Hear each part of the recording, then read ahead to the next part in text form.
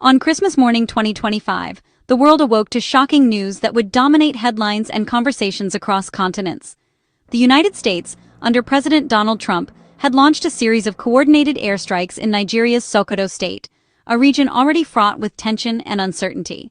Over a dozen Tomahawk missiles struck carefully selected targets near the Niger border, in a joint operation with the Nigerian government.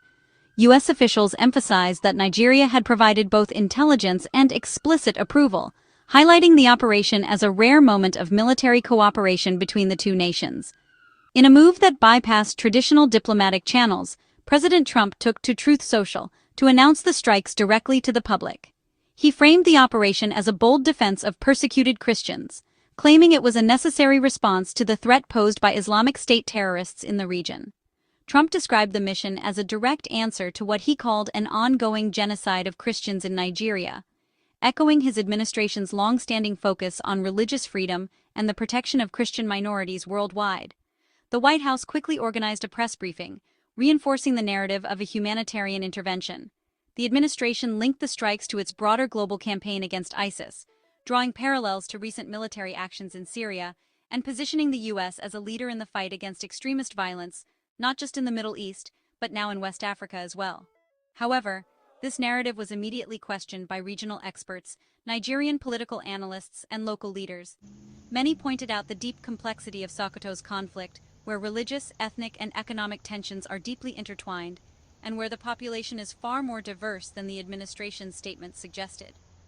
The claim of protecting Christians in Sokoto clashed with on-the-ground realities, where violence is driven by a web of factors: land disputes, political rivalries, and poverty, making religious identity just one piece of a much larger puzzle. Local voices warned that oversimplifying the crisis could inflame tensions rather than resolve them. As the world watched, leaders and citizens alike were left to weigh Trump's clear-cut justification against a far murkier and more complicated reality reported from Nigeria, raising urgent questions about the true impact and long-term consequences of this unprecedented military intervention. President Trump's claim of a Christian genocide in Sokoto State quickly unraveled under scrutiny. Sokoto is overwhelmingly Muslim, home to the Sultan of Sokoto, the spiritual leader of Nigeria's Muslims. The Christian community is small and generally coexists peacefully with the Muslim majority. Local Christian leaders, like Bishop Matthew Hassan Kukah, have publicly denied any widespread persecution of Christians in the area. Violence in Sokoto is largely indiscriminate, affecting all residents, with most victims being Muslim farmers and traders. Human rights groups confirm that the narrative of a targeted war on Christians does not match the evidence. The real crisis is driven by poverty, state failure, and criminality, factors far more complex than a simple religious conflict. The December 25th airstrikes targeted a shadowy group whose very existence is wrapped in layers of secrecy and speculation. Known locally as the Lakurawa, this group has become a source of fear and confusion in northern Nigeria, especially in Sokoto State, where their presence is most keenly felt. Little is known about them. Their origins, leadership, and motives remain unclear even to intelligence agencies. Despite years of conflict in the region, the Lakurawa have managed to keep their structure and intentions hidden from both local authorities and international observers. Some reports suggest they're a splinter faction of a larger terrorist network, possibly with ties to infamous groups like Boko Haram or ISWAP. Others, however, see them as a local phenomenon, born from deep-seated regional grievances, poverty, and a sense of abandonment by the state. For many villagers, the Lakurawa are both a threat and a symptom of broader instability. The group operates in remote, ungoverned spaces, dense forests, isolated villages, and borderlands, making reliable intelligence scarce and assessments often conflicting. Their ability to disappear into the landscape has frustrated both military and humanitarian efforts. In the Sahel, alliances shift constantly, and groups often adopt the branding of global jihadist organizations for prestige, resources, or protection, regardless of whether real operational ties exist.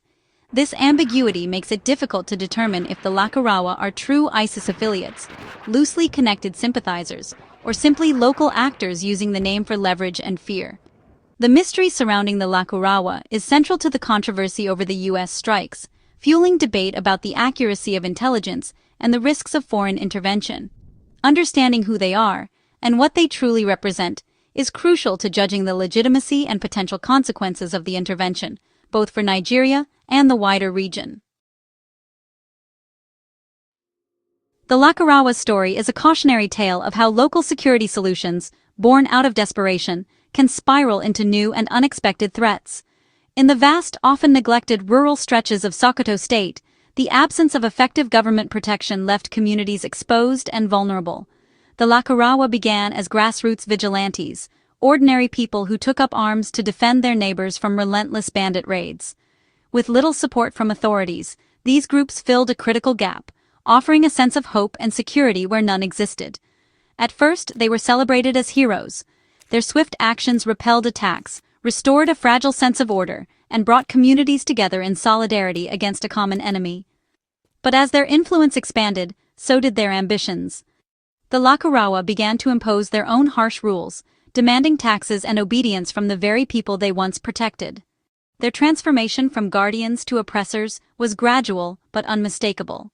The Lakurawa's journey from local heroes to feared militants mirrors a troubling pattern seen in many conflict zones, where the collapse of state authority creates a vacuum quickly filled by those with the most firepower.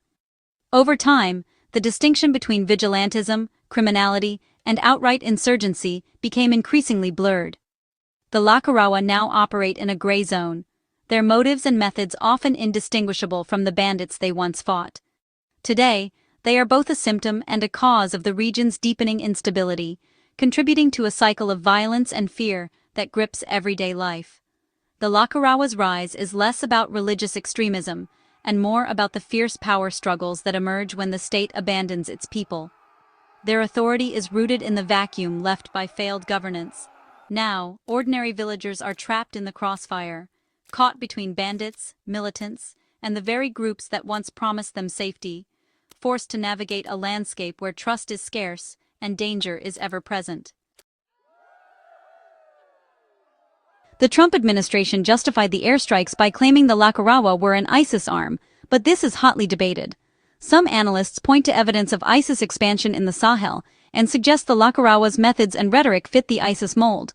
Intelligence may indicate some contact or support, but many experts argue the group's motivations are primarily local: control, extortion, and survival. The Lakurawa's origins as a vigilante militia and the lack of a formal ISIS allegiance cast doubt on the administration's claims. Adopting ISIS branding can be a strategic move for recruitment and intimidation, not proof of direct ties. The absence of a public ISIS endorsement is telling. Whether the Lakurawa are true ISIS affiliates or opportunistic criminals remains unresolved. Nigeria's government has walked a diplomatic tightrope in the wake of the U.S. airstrikes. While rejecting Trump's narrative of Christian genocide, Abuja confirmed its cooperation in the operation. Officials emphasized the strikes targeted foreign ISIS-linked militants, not any religious group, carefully distancing themselves from divisive rhetoric. For Nigeria, the partnership offered a chance to leverage U.S. firepower against a growing threat without further straining its own military. But this cooperation risks criticism for compromising sovereignty and fueling religious tensions. The government must balance the benefits of U.S. support with the dangers of imported narratives. Nigeria's leaders are trying to harness American might while protecting their own fragile social fabric. For villagers in Sokoto, the airstrikes brought terror and confusion, not relief. Residents of Jabo, near one of the strike sites, were jolted awake by explosions, unsure who was attacking or why. Locals expressed disbelief at the official justification, insisting there was no ISIS presence or religious conflict in their community. Both U.S. and Nigerian officials claimed militants were killed and denied civilian casualties, but details remain scarce and unverifiable. The lack of information has left communities anxious and uncertain about the true impact. The people of Sokoto are caught between bandits, militants, and now foreign missiles, bearing the brunt of decisions made far away. Their plight highlights the disconnect between high-level strategy and the harsh realities on the ground. The airstrikes in Sokoto are part of Nigeria's long struggle with insecurity. For over a decade, the northeast has been ravaged by Boko Haram and ISWAP, displacing millions and exhausting the military. As attention focused on the northeast, banditry exploded in the northwest, with armed gangs pillaging villages and kidnapping for ransom. This criminality created a security vacuum, which extremist groups have sought to exploit. Analysts warn of growing links between bandits and jihadists, with groups like the Lakurawa blending local grievances and global rhetoric. The prospect of banditry and jihadism merging poses an existential threat to Nigeria. For Abuja, U.S. intervention was a desperate measure to confront a crisis that threatened to spiral out of control. The Sokoto strikes must be seen in the context of this dangerous convergence of criminal and extremist violence. The Christmas Day airstrikes in Sokoto reveal the dangers of oversimplifying modern conflict. Trump's narrative of saving Christians from ISIS resonated in the U.S., but ignored Sokoto's Muslim majority and the region's complex violence. The Lakurawa's true nature, vigilantes turned militants with disputed ISIS ties, remains unclear. The violence is driven by banditry, state failure, and local power struggles, not just ideology. Nigeria's government cooperated with the U.S. to address a dire threat while trying to avoid inflaming religious tensions. The intervention highlights the desperate choices states make when overwhelmed by security crises. For Sokoto's people, the grand narratives matter little compared to their daily struggle for survival. The situation demands nuance, not headlines, an understanding of the tangled, contradictory forces shaping this volatile region.